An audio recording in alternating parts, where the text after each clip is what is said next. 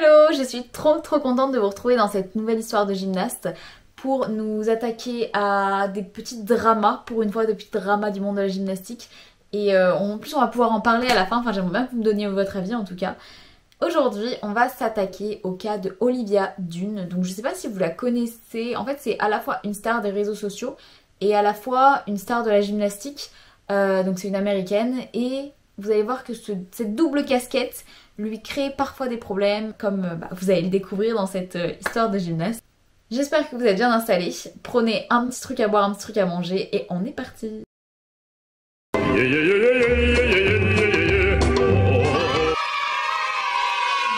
Olivia Dunne, donc de son nom complet Olivia Paige Dunne, qui est aussi surnommée du coup Livy pour Olivia, est née en 2002. Comme moi, wouh, on n'a pas réalisé les mêmes choses, mais bref, elle est née en 2002 à Westwood. Elle va commencer la gymnastique dès 2005, donc à ENA Gymnastics, qui est un club pas très loin de chez elle. Et en fait, très vite, on va se rendre compte qu'elle a un talent pour la gymnastique qui est assez inné.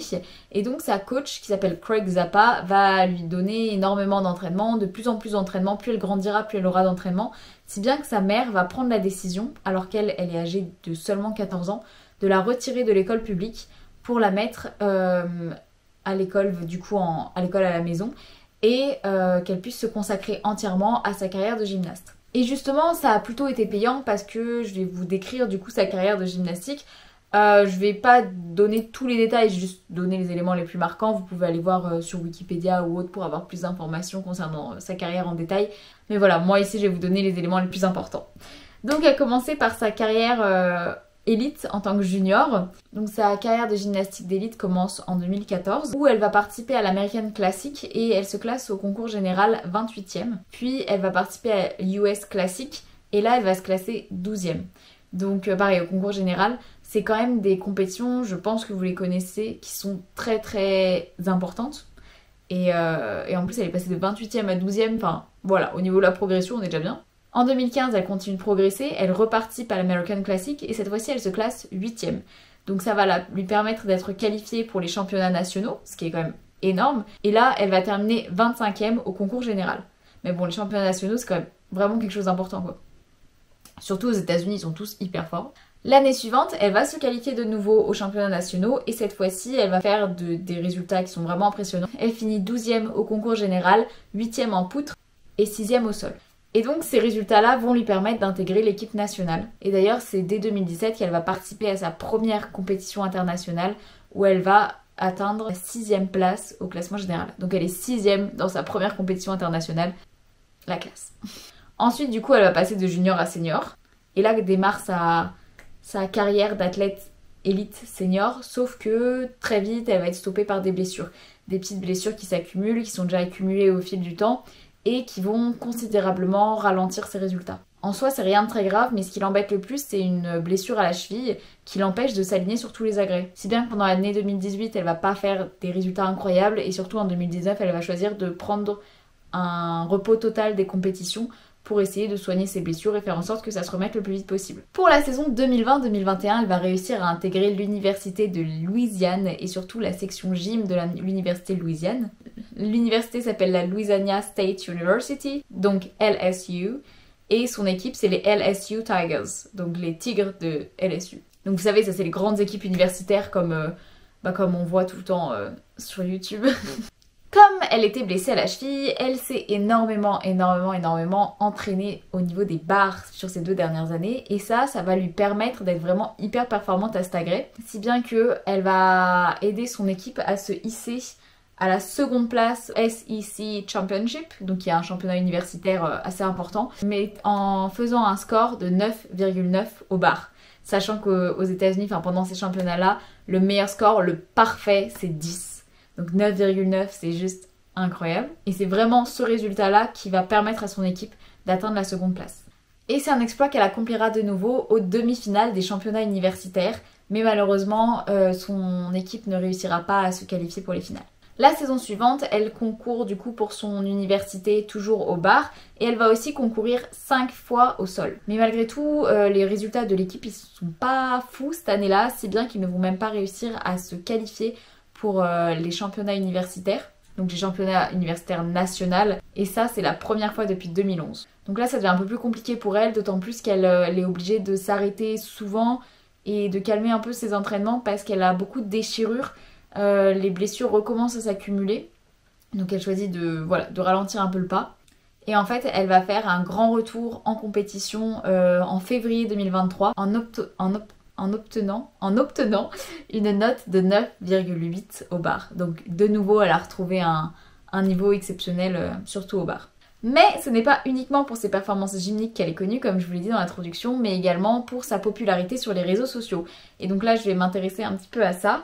Elle a rejoint TikTok en 2020 et au début, c'était surtout pour poster des petites séquences de ses entraînements de gym, ce genre de choses. Sauf qu'au fur et à mesure, elle s'est diversifiée, on va dire, et elle a commencé à montrer d'autres moments de vie et à beaucoup se montrer elle. Sa communauté va s'agrandir, si bien qu'en février 2023, elle devient officiellement l'athlète universitaire la plus suivie des tous réseaux sociaux confondus. On compte quand même plus de 7 millions de followers sur TikTok et plus de 4 millions sur Instagram. Et il faut noter quand même que la plupart de ces followers sont du coup des jeunes hommes qui sont attirés par elle, voire qui se disent amoureux d'elle. Le 2 juillet 2021, la loi a évolué. En fait, jusqu'ici, les athlètes universitaires ne pouvaient pas toucher d'argent par leur notoriété ou par leur notoriété en vendant leur image, quoi. Et cette loi va évoluer donc en 2021, donnant le droit aux différents athlètes du coup de toucher des revenus suivant en vendant leur image, plus ou moins. C'est dit de manière très diabolique. Donc immédiatement, Livy, elle va gagner énormément d'argent puisqu'elle est vraiment très très suivie.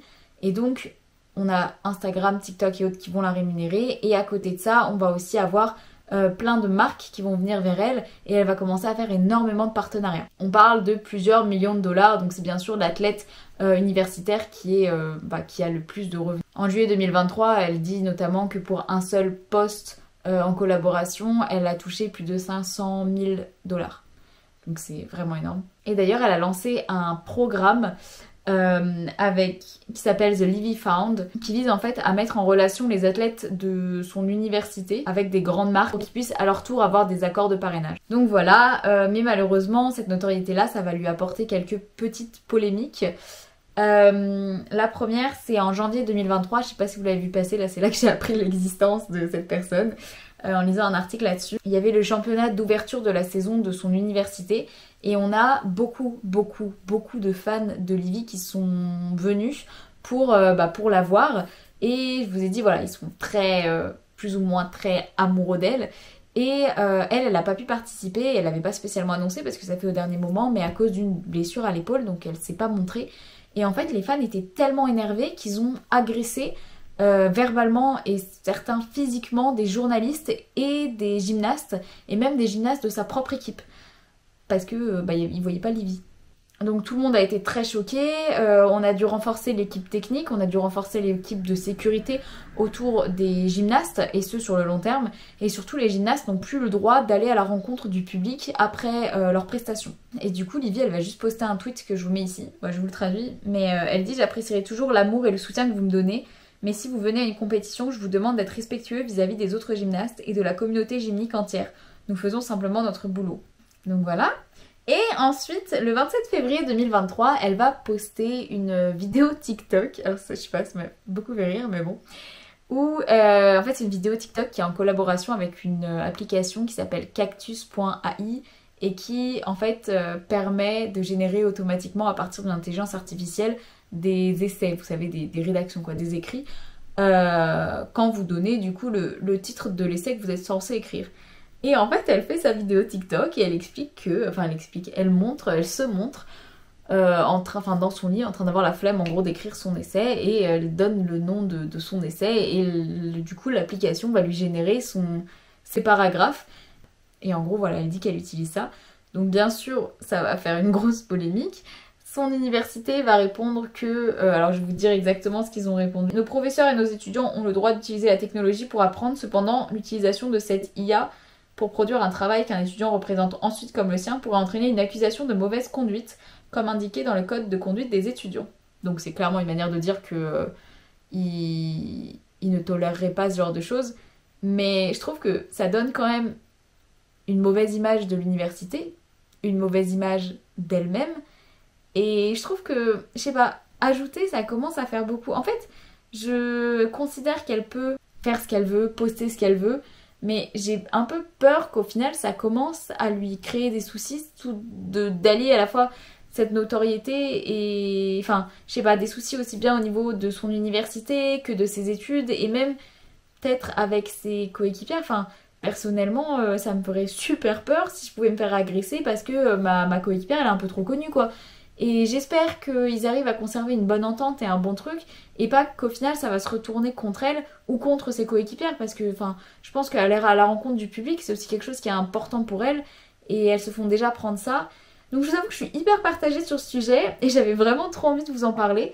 Donc j'ai hâte d'avoir votre avis, dites-moi ce que vous pensez de tout ça. Et puis voilà, j'espère que cette nouvelle histoire de gymnase vous aura plu. Dites-moi sur qui vous voulez que porte la prochaine. Et puis voilà, merci d'avoir regardé la vidéo, je vous fais des gros bisous et on se retrouve très vite dans une nouvelle vidéo. À bientôt!